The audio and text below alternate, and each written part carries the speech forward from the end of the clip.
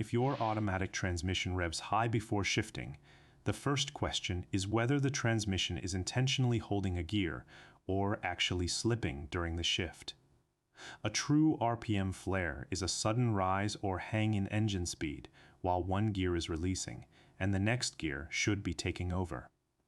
If the RPM rises without a matching increase in acceleration, that is the behavior to watch closely. In a traditional automatic, the engine does not connect directly to the transmission all the time. A torque converter, basically a fluid coupling between the engine and gearbox, allows some controlled difference between engine speed and transmission speed. Inside the transmission, clutch packs, stacks of friction discs lock different parts of the gear set together so the transmission can select each gear. High RPM can be completely normal when you ask for more power. Press the accelerator hard to pass another car, and the transmission may perform a kickdown, meaning it deliberately shifts into a lower gear. That lower gear makes the engine spin faster, so RPM jumps.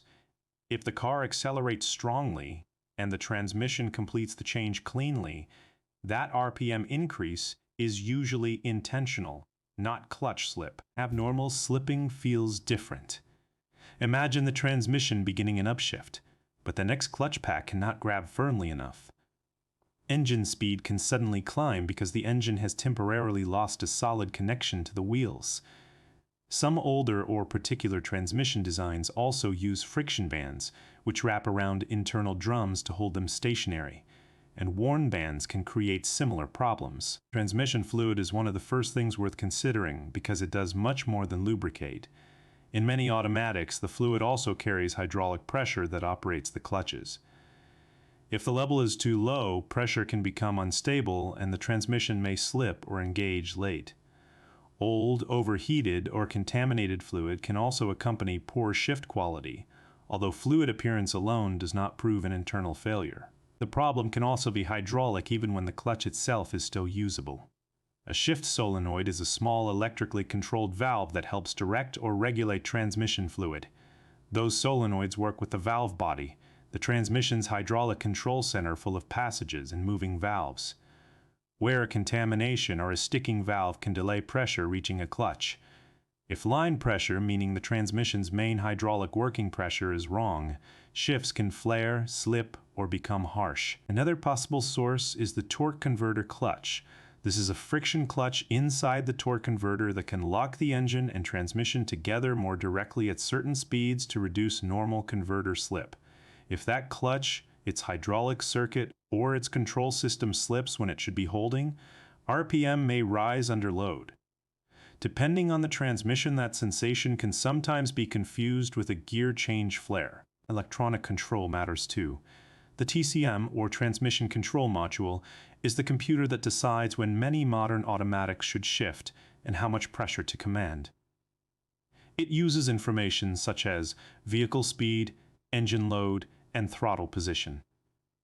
A bad sensor signal, including a faulty throttle position signal in systems that use it, can confuse shift timing.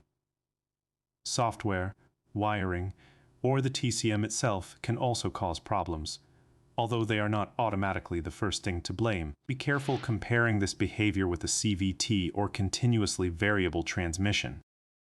Most conventional CVTs do not move through a fixed set of gears. Instead, they continuously change their ratio, often using variable pulleys connected by a belt or chain. Under hard acceleration, a CVT may deliberately raise the engine to a relatively high RPM and hold it there while road speed continues increasing. That can feel unusual while still being completely normal. What makes a flare more concerning is what happens with it. Watch for a pause before driver reverse engages, repeated jerking, a burnt fluid smell, warning lights, or RPM hanging high while the car barely gains speed. Some vehicles may enter Limp mode, a protective operating mode that limits transmission operation after the computer detects a serious fault. One symptom alone may have several possible causes, but several together deserve attention. Repeated slipping should not be ignored. A slipping clutch converts some of the engine's power into heat instead of sending it to the wheels. Extra heat can accelerate fluid deterioration and friction, Material wear. Wear debris can then circulate through the transmission and interfere with hydraulic components. A problem that begins as a pressure control or shift quality issue can therefore become much more expensive if the transmission continues slipping under heavy load. There are a few safe checks you can make before assuming the transmission is failing. Notice exactly when the problem occurs: cold, hot, under light throttle, during hard acceleration, or on one particular shift. Look underneath for obvious fluid leaks. If your vehicle actually has an owner's serviceable transmission dipstick, check the level exactly as the owner's manual specifies, because the correct temperature and procedure vary. Many newer transmissions have no simple dipstick, so do not improvise a fluid level check. If RPM only rises when you demand strong acceleration, the car pulls harder at the same time, and every shift is clean and repeatable, you may simply be feeling normal kickdown or normal CVT behavior.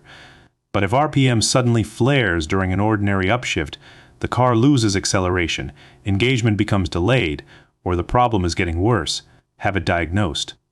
A technician can compare commanded gear, input and output speeds, fault codes, fluid condition, and hydraulic pressure to separate an electronic control problem from actual internal slip.